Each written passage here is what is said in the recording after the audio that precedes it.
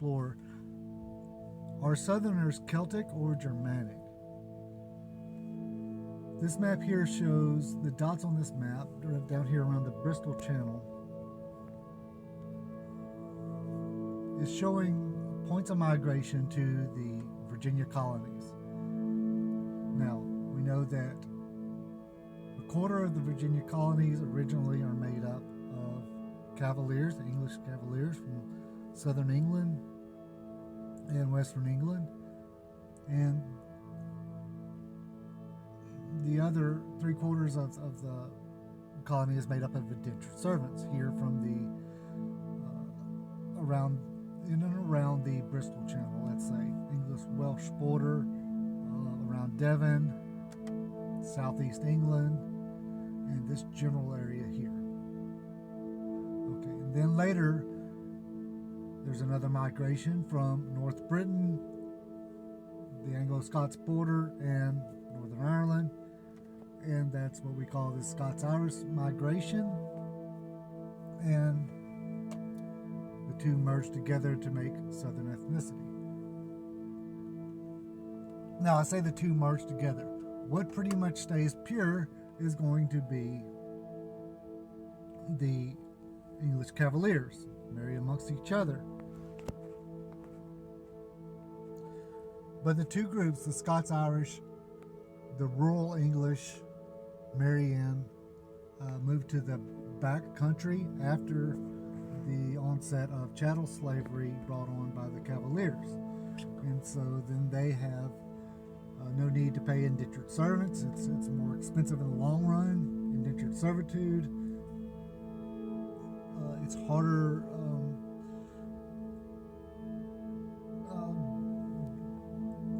Events like Bacon's Rebellion and just the acceptance of chattel slavery, which is more expensive in upfront but more cost effective in the long term, is why the Cavaliers turned to it. So, but okay, what we're trying to define here is what is Southern ethnicity. Is it Celtic or Germanic? And I think it's a false dichotomy. It's a bit of a false dichotomy because people mean different things when they say Celtic. Okay, a lot of people still hold on to the Celtic nations of the Victorian era, but now as we're getting more and more DNA and we get more scientific of what is Celtic, we know that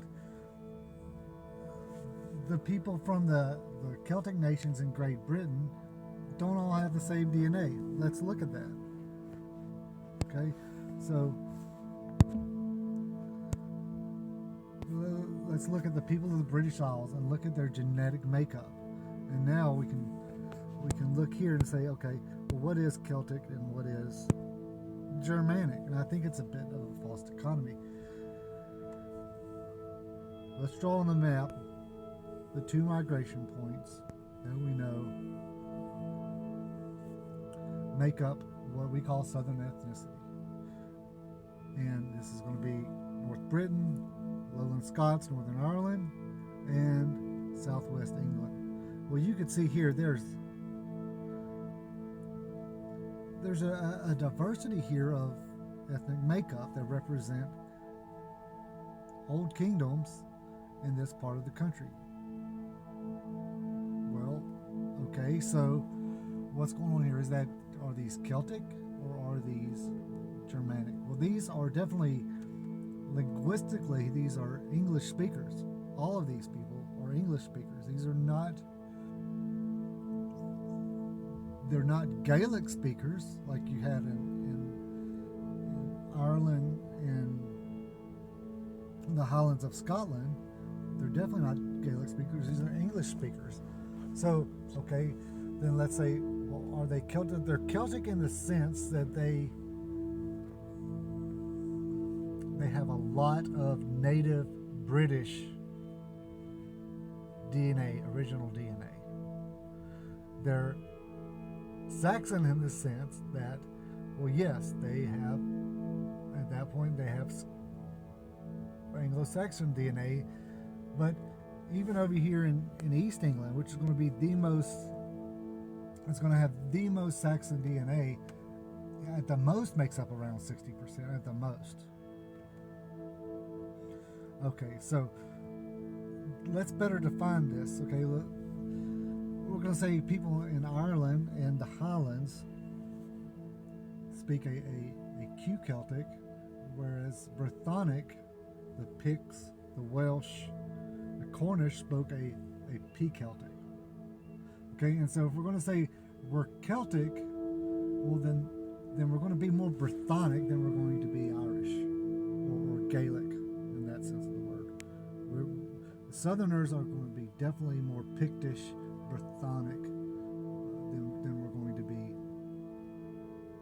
Gaelic, but we're also going to have a lot of influence from, especially up here in this area, which was Bernicia, which was an Anglo tribe. We're going to have a lot of, hey, that's where English comes from. We're going to have a lot of course, this was Wessex down here in the bottom western part of the country. We're going to have a lot of Saxon influence there. So the answer is going to be, well, okay, then what can we say we are? Well, we're British, and we're British in the fact that we're formed out of a merger of two regions of Great Britain. Do we have, out of these two regions, are there people there who kept Celtic customs, Celtic folklore, Celtic music, all the things that make up our culture as an ethnicity? Yes, most definitely. Of course we can say we're Celtic. The Anglo-Saxons didn't come in and completely wipe out the existing population. They set up kingdoms, and there just wasn't enough of them to come in and completely wipe out the existing populations. This existing population saw Romans come in, Saxons come in, Normans, Vikings, okay? But the only ones who really bred in, who have a significant marker, are the Anglo-Saxons. Like I said, in this part of the countries, they don't make up a great percent of the DNA. Well, did they impact the culture? Well, of course they did. But you know what else impacted the culture too? Was moving all the way across the world, okay? And being then pushed into the backcountry and having to fight disease and Native Americans. And that changes culture too.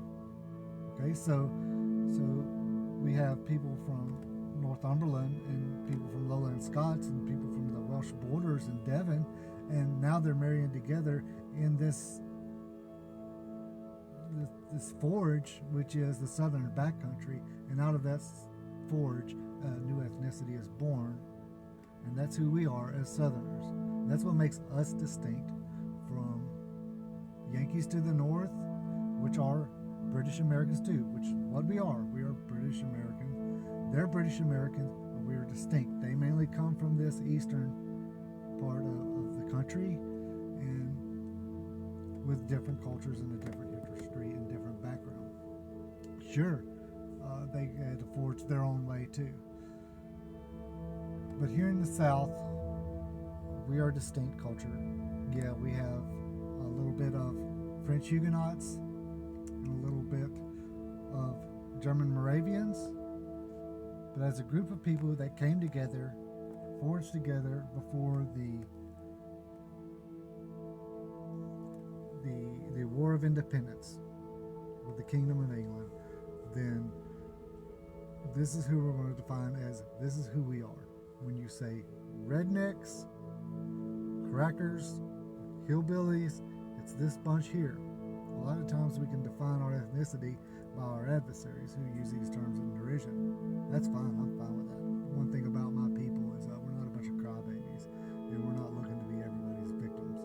And that's where I got a little bit of the problem with the whole Celtic thing. It seems like everybody wants to say they're a Celt in order to be a victim of the English. Because then you can get on there and it's popular. You can say whatever you want on the internet and on any of these platforms about the English and or rednecks. Do we have English ancestries? Well, of course we do. Of course we do. But this is who we are. So, comments, I'd love to hear them. If you got a different viewpoint, I would love to hear it.